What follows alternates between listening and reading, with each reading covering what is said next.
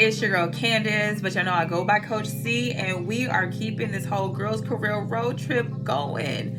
This week, we are going to hop right back into annual reviews, except we are going to talk about preparing you. Yes, you. Preparing the annual reviews that you are going to write, because as a brand new leader, girl, it is time for you to toot your own horn. A lot of times we put our team in the forefront, which is that is what being a leader is, but this is the time for you to do so. However, most of the time we don't know how to quantify what our impact looks like.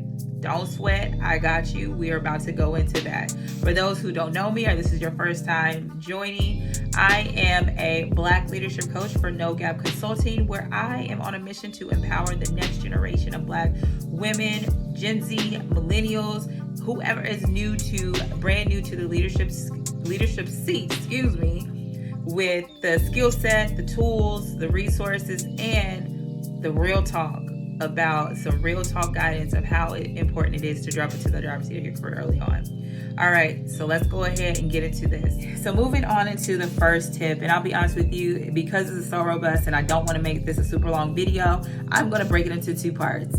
So we'll go over 2 tips today. The first one is you want to actually begin to review your documented wins, aka your success that you've had throughout the year. Now, if you don't know what I'm talking about, or let's just say that you have not done that, starting now, make sure that this is a part of your routine as a brand new leader. Because a lot of times, y'all know that as a people manager, we are putting out fires. We are having to manage, having to lead, having to coach, having to develop, having to hit 10 meetings, having to put out fires, having to have corrective meetings, having to have ad hoc meetings to pop up, having to put out fires. You see, I keep saying put out fires because that is a lot of what we do. And having to maneuver so much throughout the day, there's no way that you're going to remember everything. That's why it's so important for you to document what you have done throughout the year. There is an online resource called Trello, and that's spelled Trello.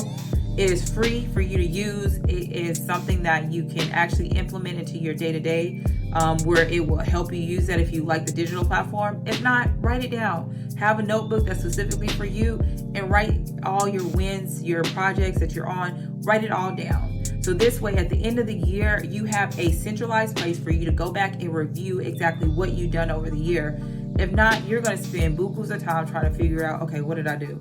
Oh, okay, is this one? No, do it from jump.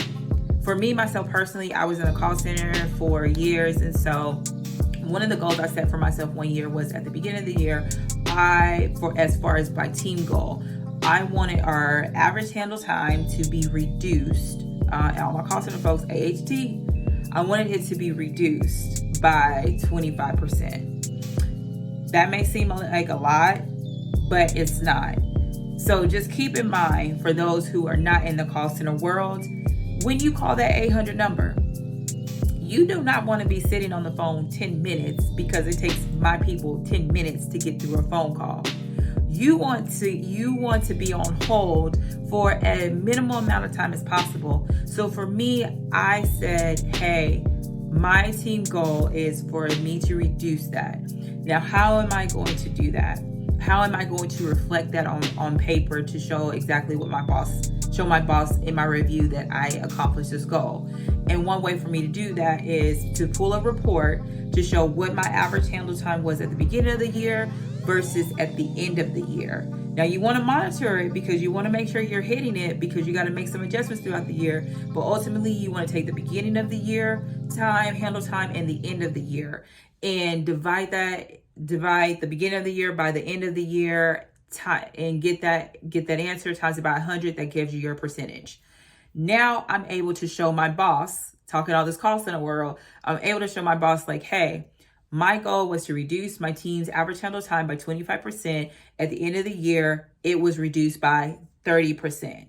We went from 10 minutes and 10 seconds to 7 minutes and 32 seconds. You see? I just told my boss a win. I just tooted my own horn because that's some hard work. That is dedication that you have done throughout the year in order to make sure that you are not only keeping your goal in the forefront, but this is also helping the business. The quicker we could get through those calls and making sure that it's quality, that we're answering the questions and they're not having to call back in, it brings in more business. You have satisfied customers at the end. All right, so moving into the last tip that we're going to talk about this week, it is about quantifying your impact. Probably are like, Candace, I don't even know what that means. I know what those two words mean separately, but I do not know what that means when it comes to my annual review.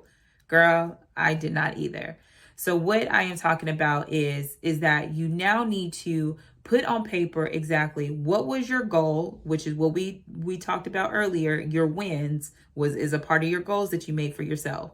What was your goals, but actually outline exactly how you did, like how did you meet your goal, basically. This is the problem, here was the solution, this is the effect. So going back to what we just talked about when it came to the average handle time, we're just going to keep it in the call center world. When it goes to the average handle time, so my baseline is my team's average was at 10 minutes and some change.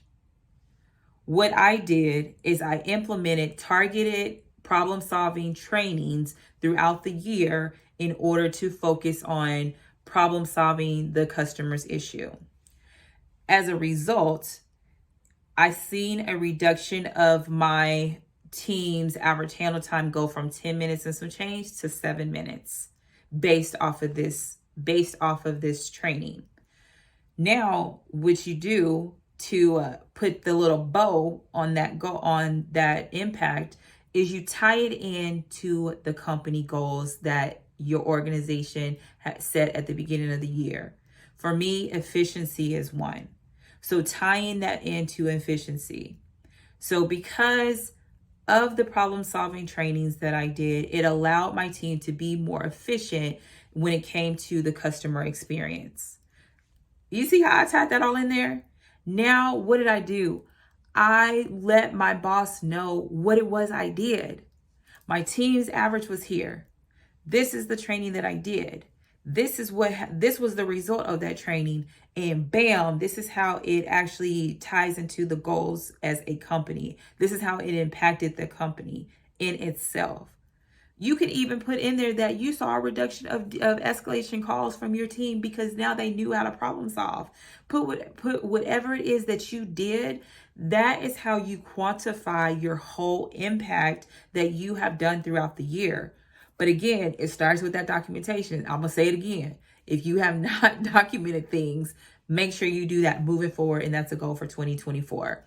All right, girl, that is it for the leadership tips for this week on this Girls Career Road Trip. We are going to keep this whole road trip going next week as we finish out the last 3 tips. You don't want to miss this. I'll see you next week at 5 o'clock.